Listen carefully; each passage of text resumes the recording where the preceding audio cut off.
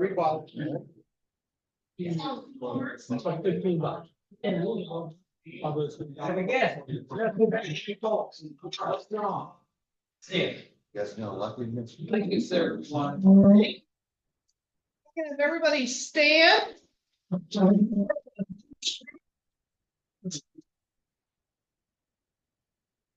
Serve and our flag in the back.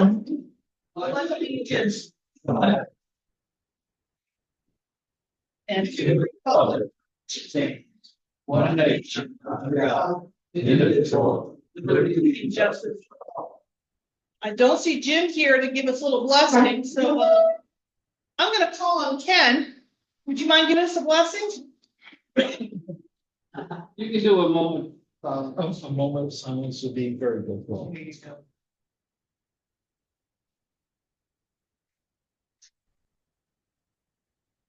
Thank you. Thank you, Ken. Appreciate that. And I think, Chip, are you going to lead us in song? I am. I had a very brief. Oh, you know, they're giving listings. I'm going to have you come on forward. Okay. I don't like my part. I had a brief conversation with Alan, who unfortunately has some issue with his leg. Me, I don't know. We didn't discuss that, but he did say that he would probably not be able to do song leading and attending meetings until maybe at the first of the year. He's going through some physical therapy. Ken Roberts this morning, and he said they were neighbors with Alan, and he said he doesn't look very good. So I don't know how it's going.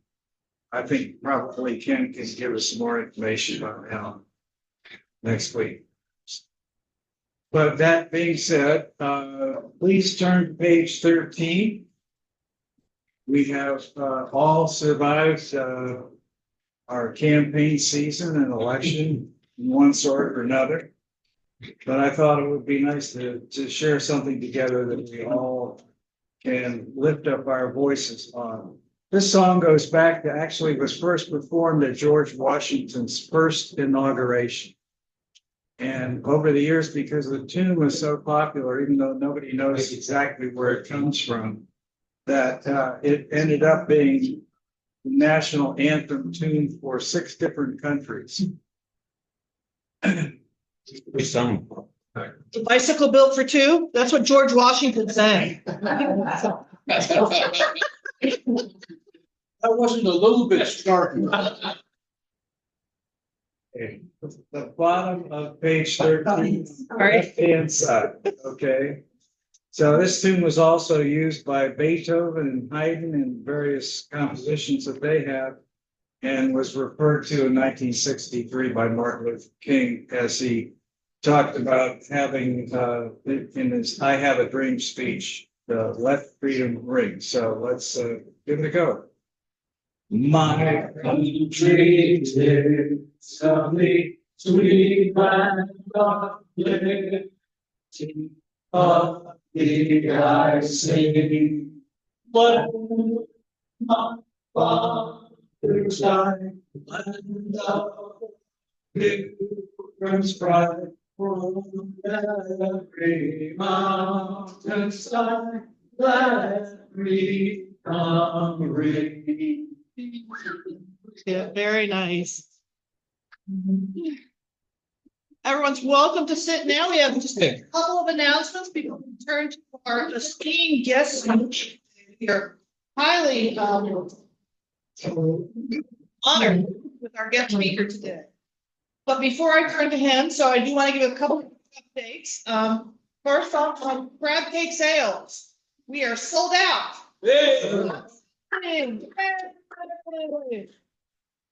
Please verify with Paul that he's got all of your orders in. We've recognized we may have slightly oversold, so we might have to make some small adjustments to that, but we are sold out at this point in time. What we are not sold out on is the number of volunteers we need for next Friday. So if you have not committed yet to call yourself and any members you're bringing with you to volunteer for the morning, please get up with him so that we can confirm this. We really do need everybody to show up. This is one of two of our largest fundraisers that we do here in the club. It supports a big chunk of our operations, and our fundraising efforts are going out into the community for all of our contributions that we're making to the various organizations. So we need everybody to please show up that day. Again, we're gonna hound you if we haven't heard from you yet. If you don't know where and when, it is not this Friday, it is next Friday. And where are you going? Who can tell me?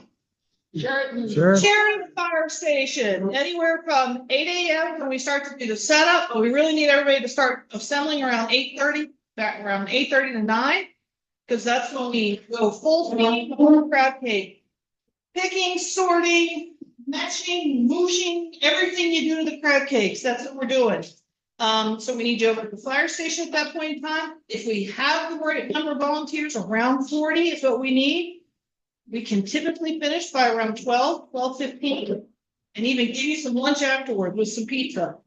So stick around for that as well. Please don't have your people come to pick up their orders until at least 12:30. And again, when they come pick up their orders, they need to know who they ordered from. If they don't tell us what Rotarian they bought from, we're not gonna give them their crab cakes. No, I'm kidding. We'll give them their crab cakes. We're just gonna make Paul's life very difficult when he tries to do all the accounting side on the back end to see who should have been charged, who hasn't paid enough, et cetera, et cetera. Last year, we hunted down several people that may have sold, I don't know, the same set of crab cakes to like 12 different people, so we'll see. We'll try and do better this year. Anything else you want to I ask? said in my email, they have their customers pick up at noon. That works last year. You think we're ready to start by noon? Well, for last year, I said 1 o'clock. I'm okay with 12:30. I'm okay with 12:30 because at least then we have a station of a cashier's kind of station. If they started showing up at 12, we weren't quite set up and transitioned over to sales and tracking of trays going out the door. So 12:30 is what I would want to hold to. Okay. We have another request for your need in the coming weeks. I'm gonna hit. Bill, you ready? Yeah. Always ready. Item that you need help with. I think you're circulating a list right now for some bell ringing. Well, you're making that, we don't have to, Libby, we don't have to make the announcement. You made it. Talk about it. Okay, we'll talk about it.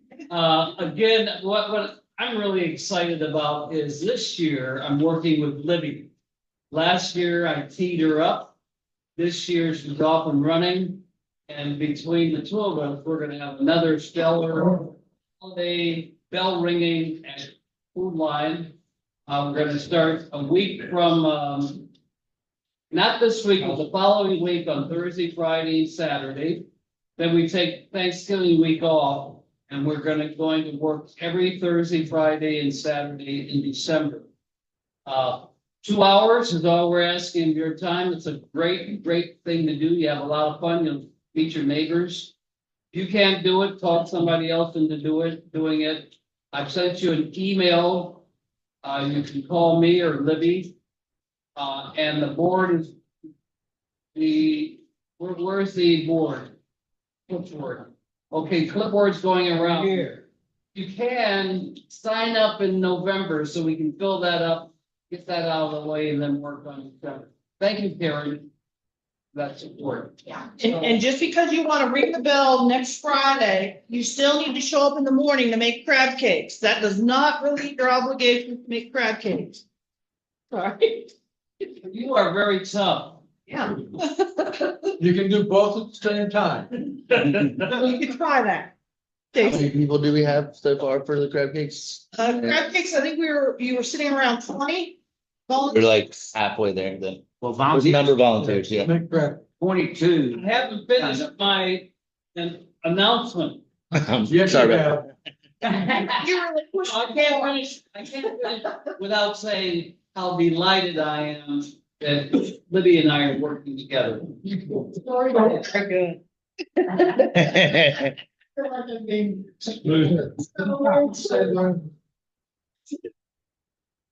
Libby, I think you now have a part two of something you'd like to announce. So once again, Festive Fridays will be starting right after Thanksgiving. I have a list of volunteers needed from Susan. I'm gonna send that out tonight. All of the different roles you can play in the past. Rotary's been very active with helping with the parking. So you'll see the list, you'll see the hours and what they need. Just call Susan directly. Let her know what you can help. And I think we've renamed ourselves versus parking. We like the term traffic control engineers. Try that. There you go. So again, any help you can give on that, it'd be much appreciated because the Festive Fridays is a vibrant event for the town. But yes, management of the traffic coming in, what streets are closed, where they can park and how to get access to the fun time on Mason Avenue is essential. So we do play an important role for them. Karen. Next month on the 14th is our New Year's last cleanup. So I'll be sending around those. Oh, thank you. I wasn't aware of that. So we're gonna do one more cleanup of 184 beyond the 14th. December 14th, I think that's Saturday, 13th. Okay, so we appreciate that. So again, we convene at Meatland. Sorry, the golf cart parking lot, as you come into town. Usually around 8:30 or 9 to do that cleanup, that road cleanup. What was that date again? December 14th. Yes. Is that really a Saturday? Yes. 13th is one The of the. 14th. It's a Saturday, okay. Because that preceding Monday is our scheduled, I believe, our scheduled Christmas party. I announced that last week. Oh. We have planned a Christmas party for the Rotary Club. And it's the Monday, beginning of that week, whatever that date is. 16th or the week 9th? The 9th? I think it was the 9th. So I will get something out officially on that. I'm still waiting on the menu for our party that evening. So we will make sure that's officially communicated to you in email to make sure I'm telling you the right date. Okay? Where? At the Cape Charles Coffee House. And I did want to let everybody know, not all of you may know who this member was, but we did have a member pass from our club, Art Tross, who was a long-term member. He was one of the first people I knew when I came into the club. So we're sorry to hear of his passing, and I think his obituary may have been sent out to the club as a whole. So keep him and his family in your thoughts. Any other announcements from the club? For confusion on the social, it's December 16th. So 16, I can't remember what I said. That's what Monday. I knew it's a Monday. So I will confirm that along with the menu. Okay? With that said, I'm going to turn ourselves over to our lovely speaker today. You ready? Happy. Oh, happy dollars. See, I'm jumping forward without doing all of our things I should be doing. Do we have any happy dollars? Anybody want to give some money to let us know of your happiness? Bill Payne. Yeah, I'm particularly happy today, because some mornings I wake up a little grouchy. And You? yes, Way. yes. And when I arrived here and I'm surrounded by Rotarians, that's what it's all about. So I'm $5 worth of happiness because I'm a Rotarian and I'm surrounded by happy Rotarians. Very good. You know. $5 from Bill Payne today. Anyone else happy or just moderately, ambivalent? We'll take any of that too. I'll do $10, have $8, because the play that I was in turned out pretty well. Excellent. That's all. Okay. Anyone else? How much? Here. $10. Anyone else? Okay. I'm actually gonna do $20 because for those of you who may have got some communication from me in town or read the paper of late, I'm all over it. Because my office has been doing a massive project for the last 2 years. We have rewritten the town's zoning ordinance and zoning map, and it's finally out for public hearing. It's a massive document, a massive workload, and I'm so glad I'm almost finished. Hey. So, I'm saying. there you go. It's a big project. So. Anybody else with some happy dollars? I'm gonna hold up doing the Queen of Hearts till after our speaker. To entice you to stay all the way to the other end to see if you win any dollars in our card game. So with that said, Dave Bowles is our speaker, and he is with ODU. And I think you are going to talk to us about NASA and other things related to everything up in the sky. I'll give you a wide breadth of things to talk about. I'm gonna give you the mic. There you go. Amy, thank you very much. Was gonna say, I'm happy to be here, but that would cost me some money. Today,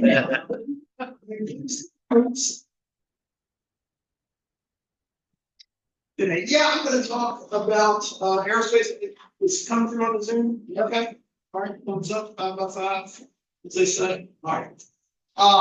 So yeah, talk about aerospace, and aerospace in the broadest, it's the word.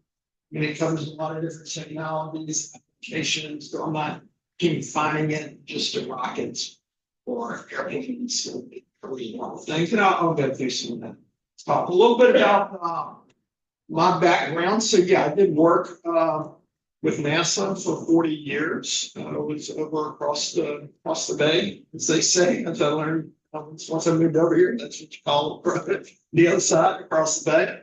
So yeah, I was working at NASA Langley Research Center in Hampton, Virginia. I was there 40 years. I ended up being the senator. Last 5 years I was there. So retired in 2019. It was to stand up a new institute called the Virginia Institute for Space Flight. I was actually put in ODU's budget by the General Assembly back, I was confused on how they state budgets, but it was the biennium that came out in 2019. So I was the first executive director. Part of taking that job was it's located on the East Shore. So we moved over here in early 2020, really about 2 weeks ago before it came closed down. So that was an interesting way to start a new house and location. But a little bit about, so we call it Visa instead of saying Virginia Institute, yada, yada, yada. So we just call it Visa, like the credit card or passport related activities. It is amazing. When we first stood up, since I'm at a university, I've got a university email address. About 5 times a week, I would get either from a student or a professor of a student or something saying, "Where's my visa?" I wasn't going on. Well, I'm sorry, I will get it. So here's got it real quickly. Anyway, so yeah, so the charter, and again, this was all developed by the General Assembly.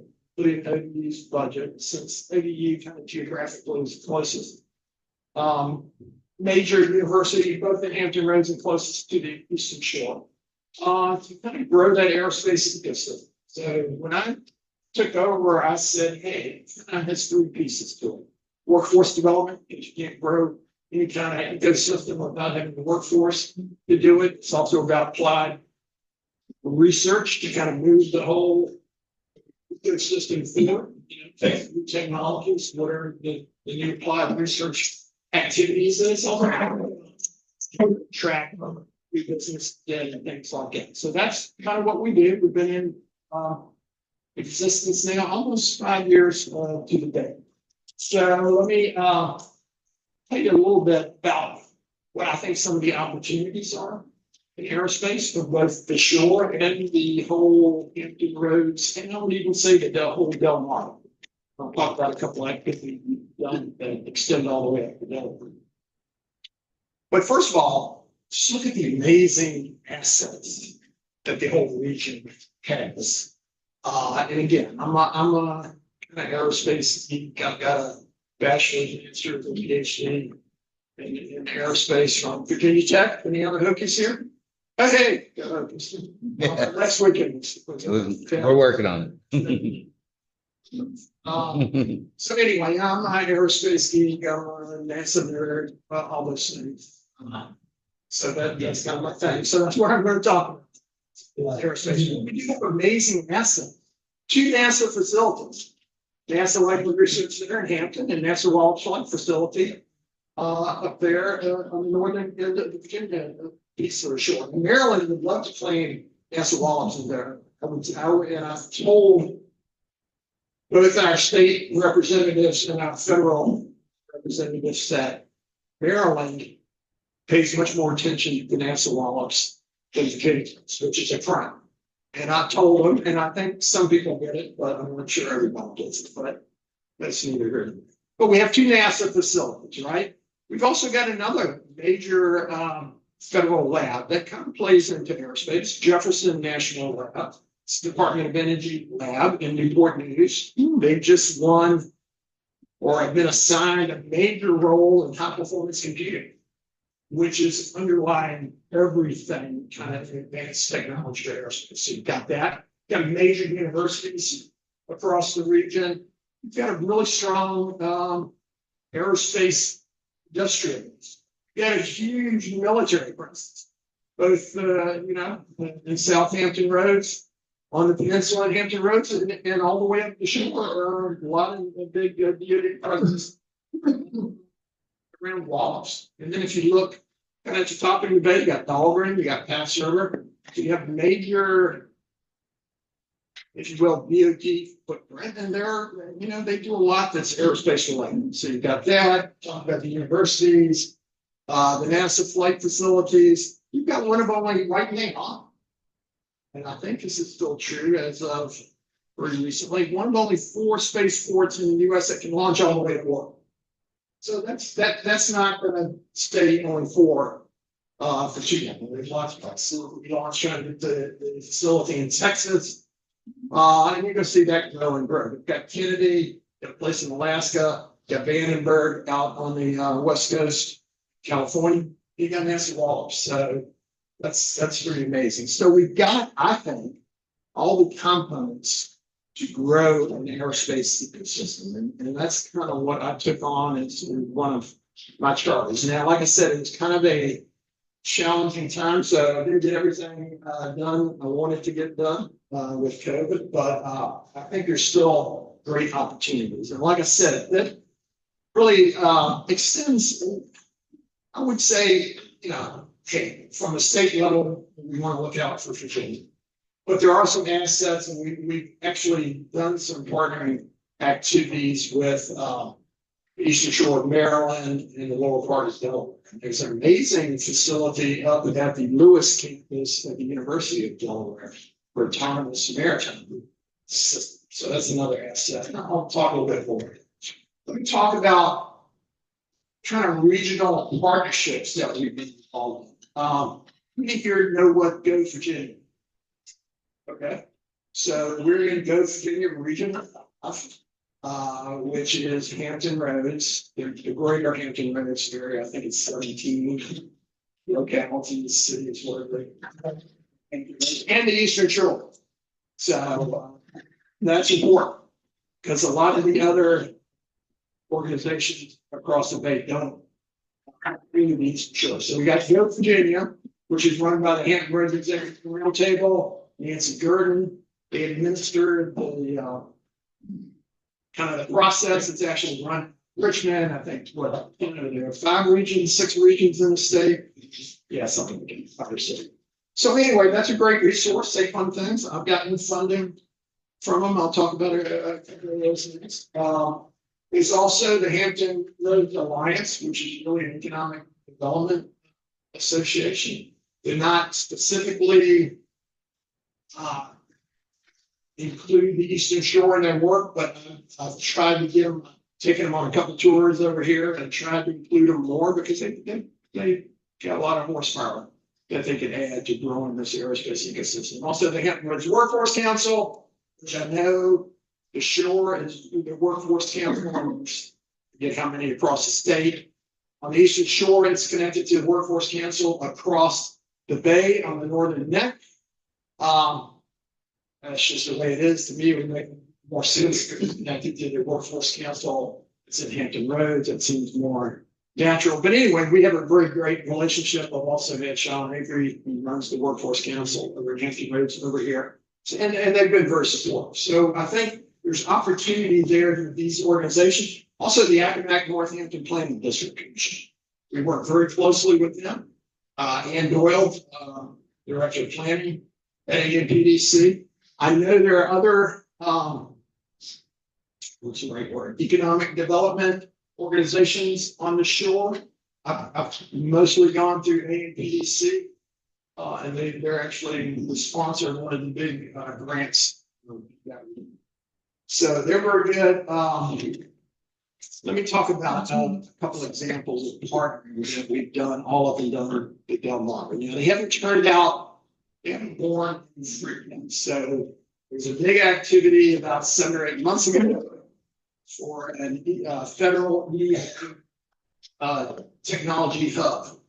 So we got with our friends up in Maryland and lower Delaware, here on the shore and on the south side of Hampton Roads, and we put in a pretty big proposal to say, hey, we should be designated a tech hub with autonomous systems. Now, we didn't get awarded that. If you got that designation, you could apply for like $150 million grant, and we kind of had a structure that we were going to use to spend those dollars. But the positive thing is we made a lot of great connections up and down, you know, Margaret and back over with Hampton. So that was good. We do have one that is born fruit is with the University of Delaware, that campus in Lewis and ODU have an NSF IUCRC. It's an industry university research consortium. Industry pays again.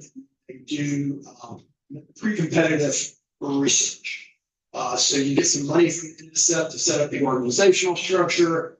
You invite companies in. They just had the kickoff event over in Hampton Roads about a month ago. So we'll see. But I think that's a great opportunity.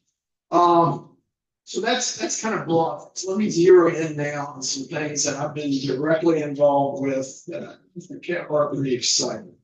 One of the things it was a Go Virginia grant for $100K.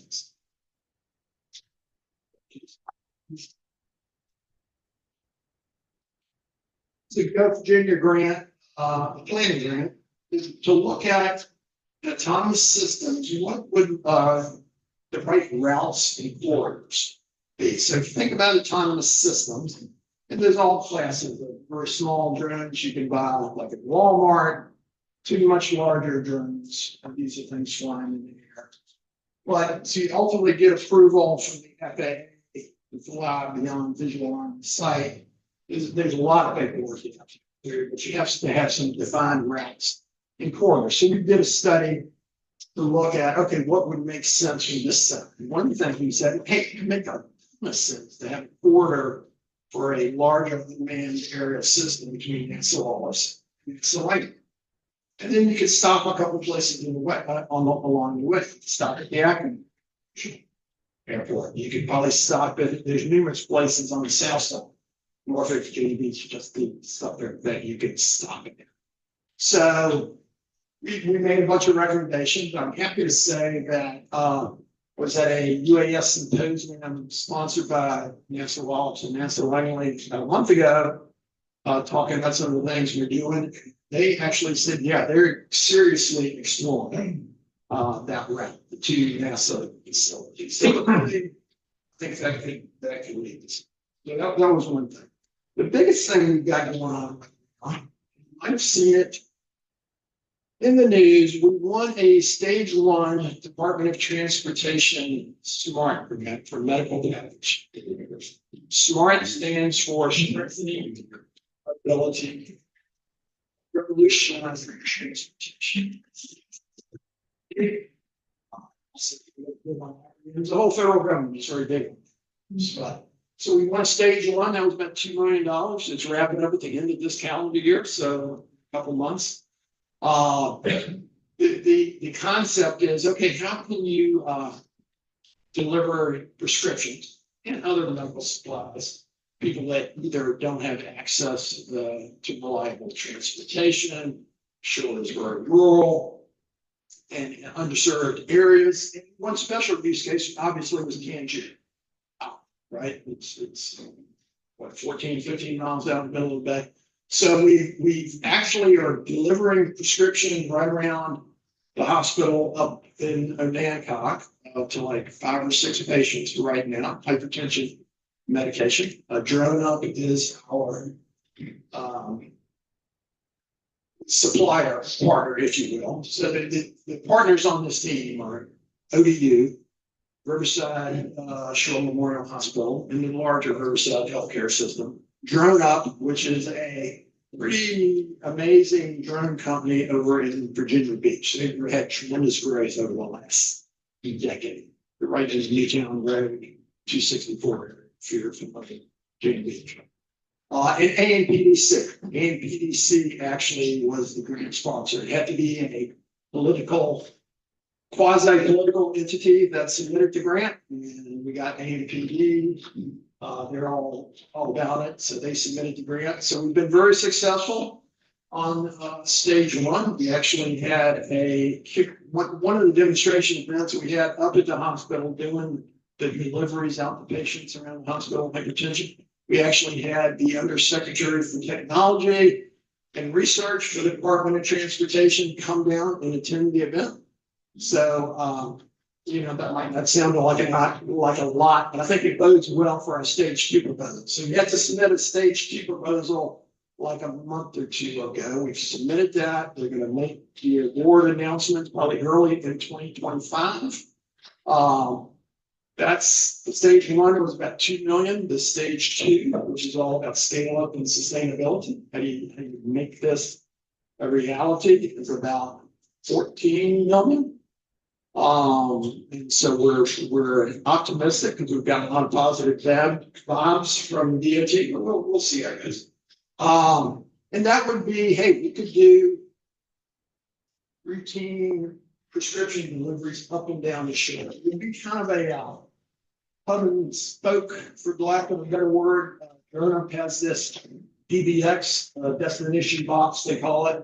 And you can load packages in, drones fly to that, and then fly out to the houses. It's a pretty unique system. So we think that has for rural areas, that has a lot of promise. And obviously flying out to Tangier. Yeah, there's obstacles in that. Like I said, to get approval to fly beyond visual line of sight for drones is a big thing. We got waivers to fly out to Tangier. We had a couple great flights out there already. We had an event on Tangier like a month ago. That was really more for the residents of Tangier, but we did a flight over there. Got some great video. I will leave some flyers. The only thing you need to know, there's a QR code on there. It takes you to Visa's website, and it has all the video and description of all these projects. So that would be good. So we're excited. So again, fingers crossed for stage 2. Hopefully we'll hear in January or February, although being a federal employee for 40 years, anytime you're in a transition election year, things get slowed down. Been through numerous of those in my previous career, so I told the team I wouldn't it could get slowed down. You never know what's going to happen, especially if you have a party change in the administration. So we'll see what it is. But I think we've done everything and beyond what we signed up to do in stage 1. So we're just other things going on. Kind of related to that, and I know Ken Booth has been very involved, is the Aerospace Academy of the Eastern Shore. That had been kicking around for a couple of years, I guess. The community college, and if I say something wrong, Ken, correct me. But I am going to talk about it next. there you go. So I won't say any more, but we're so excited to see it come to fruition. ODU is actually not my piece of ODU, but ODU is leading it now. A fantastic executive director, Rachel White. The only thing I will say, there are 2 kickoff events. One this Friday, one the following Friday, targeted at 8th graders for the school systems all up and down the shore. They're going to fly drones. They're going to build rockets. It's going to be really cool. It's from 9 to noon. But anyway, more to come. Ken will tell you all about that. So they're super excited. I think going back to my original premise about we have great assets and how you grow this ecosystem for aerospace and shore. One of the things that is critical, that I've learned nothing else in 45 years of working in aerospace, you gotta have a workforce. And it's just critical. And you can't get the workforce excited too early. I mean, you could start kidding. We did a lot of, NASA does a lot of education and outreach. It's not our primary mission back at NASA, but we do a lot of it. And it's just amazing with the excitement, but you can't start too soon. So the Aerospace Academy is great, and we're looking at other opportunities. We've got another event coming up on December 9th from 11 to 1 at the community college. It's called Drone Discovery Day. We're going to talk about the medical package delivery project. We're also going to talk about agricultural applications of drones. A company called SRS, Sentinel Robotics Systems, which is up in Chickasaw. And Drone Up are both coming over for that event. So we're very excited about that. That's for the general public and the community college students. So there'll be flying demonstration, just talking about career opportunities. So excited about that. I think, in the future, and I haven't had the opportunity to tap into this much, is how we exploit the space side of things. Everything I've talked about, autonomous systems and drones and things like that. I think there are opportunities in the space side. We've done a little bit of that. I'm trying to track some companies. And I will tell you, Virginia Spaceport Authority that runs the spaceport done an amazing job. They've got 1, 2, 3 companies up there now. Here, a 4th one's in the works. So they got Northrop Grumman. They've got Rocket Lab. They've got a company called Firefly who's going to be launching up here. They're kind of a, we're going to call them a startup, but they're newer in the business. And there's a 4th one that I hear is going to sign the paper pretty soon. So I think there are opportunities on the space side as well. So with that, I'll shut up. I'll just ask a question. Yes, sir. So I'm curious, how does it normally work with drone is landing on somebody's yard? Because the patient, I assume, knows it's. Oh, yeah. Oh, They go out, they have to open up the box, or how does that all? yes. Yeah, we don't have it. It would be an interesting concept. I mean, you could do it. They have a little robot that drops down with the package and they can climb up the steps and go to the front door and knock, but we don't have that. So they know it's coming. They know what time it's coming. They walk outside, but it's literally like 10 feet from the front door. But yeah, it's not being dropped off. Do they have like a code to get into it? I mean, just. No, it's just their one box. Okay, which is not sustainable or scalable. Okay, you're not going to make any money in any of this if you have one drone being flown by one person delivering one thing to one people. That is a non-sustainable business. Can't make any money doing that. Just play. So part of what we want to get in the stage 2 is, okay, how do we deliver multiple things? I talked about this destination box where you can reload it in multiple packages, do this kind of last mile delivery concept. So that's what all stage 2 is about. There's a lot of package delivery going on. I think Walmart over on the south side right now does package delivery in certain sections of Virginia Beach. You can just go online, order whatever you're going to order, and get it delivered to your front door. Two big things holding up business growth. Really, that unmanned system, small package delivery, I think, are okay. You've got to get to the point where, like you say, you've got one person controlling 10, 15, 100 different drones flying to multiple locations. So you have enough sophistication on the drones so it's not crashing in any places it shouldn't. And there are technologies out there. NASA has developed to help with that. And then the other big hurdle is certification from the FAA. The Federal Aviation Administration controls the airspace. So, and the FAA knows that they're working on new regulations, but I think you get those two, it's real growth there. Great question. Yeah. My sense of it is NASA develops depending on the private sector to deliver. How far am I off? For Anything. anything?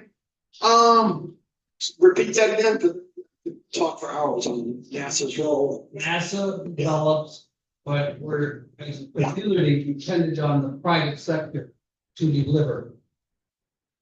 Yeah, I think at a 100,000 foot level, that's a fairly accurate statement. Yeah, NASA's role, I think, should be to develop advanced technologies, either to improve efficiency, increase safety, other things, and then hand that off to commercial companies to commercialize and make a profit. NASA, and that's how NASA started before the Space Act of 1958. NASA was NACA, the National Advisory Committee for Aeronautics. And I'm proud to say I was at the very first center that it's been there 105 years. It started in 1970, NASA landing. And we were also the first NASA center in 1958. And the original Mercury 7 trained at NASA landing. So pretty amazing. That was the model. Like in aeronautics, that's still the model. NASA doesn't operate an airline or anything like that. We don't build airplanes. We develop technologies to improve efficiency, reduce emissions, increase safety, make sure people aren't running into that. Use the air traffic management system, not just the airplane. And then we turn that over freely to commercial enterprises. So yeah, and that same model I think applies on space as well. And we're not quite there in spaceship. Follow on question? Yeah. Comment? Yeah, sure. You mentioned workforce, Yeah. which is the big piece. How much does Visa get involved in that? Because workforce is a big issue here on the shore. Yeah. So we're trying to get more involved. Buddy Dave Wilcox there is he's a great resource. So the main conduit that we're involved with is the community college. And then Ken's going to tell you all about the Aerospace Academy. So that's going to get the kind of 9 through 12. And then the community college, they're very interested in the aerospace workforce. And then I think, there's a good pipeline from community college if you want to go get a 4-year degree. Since they're my employer, I'll put in a plug for ODU. They're right across the bay, so that's a great school. They're near an R1 university, which means they're a major research university. They've had tremendous growth in the last 2 decades. I know I'm getting ready to get to books. So I've done enough talks. I know the looks. So no, that's good. And I'm happy to say thank you very much. The small part of it, we've been around for 100 years, service club, and we just a little commemorate that. Thank you very much. Thank you. Happy to answer the question. I'll leave some. Well, if you want one, there's a little thing on here with a QR code that you can scan and take through the website. Yeah, business cards in here. Yeah. Yeah. I'll just leave them up here. Hey. Okay, so we're gonna draw our high card. Who's got the highest card today? You got Ace of spades. Ace of spades. Ace of spades. Okay, it's Libby. I get trying to count money at the same time. That's what I'm trying to do here. I'm not well. So you were picking for the Queen of Hearts, please.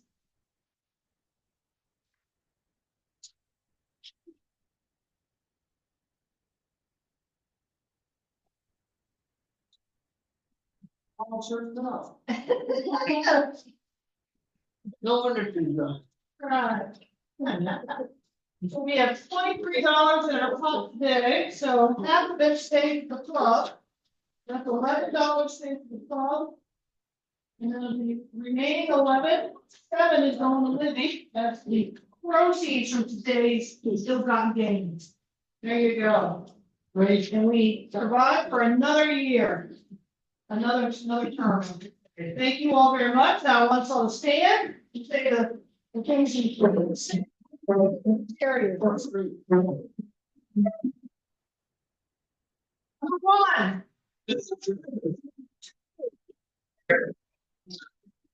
Three. Better friendships. 4 will be beneficial to all concerned. And number 5. Sally's not here. Great fun. Everybody have a great rest of your day.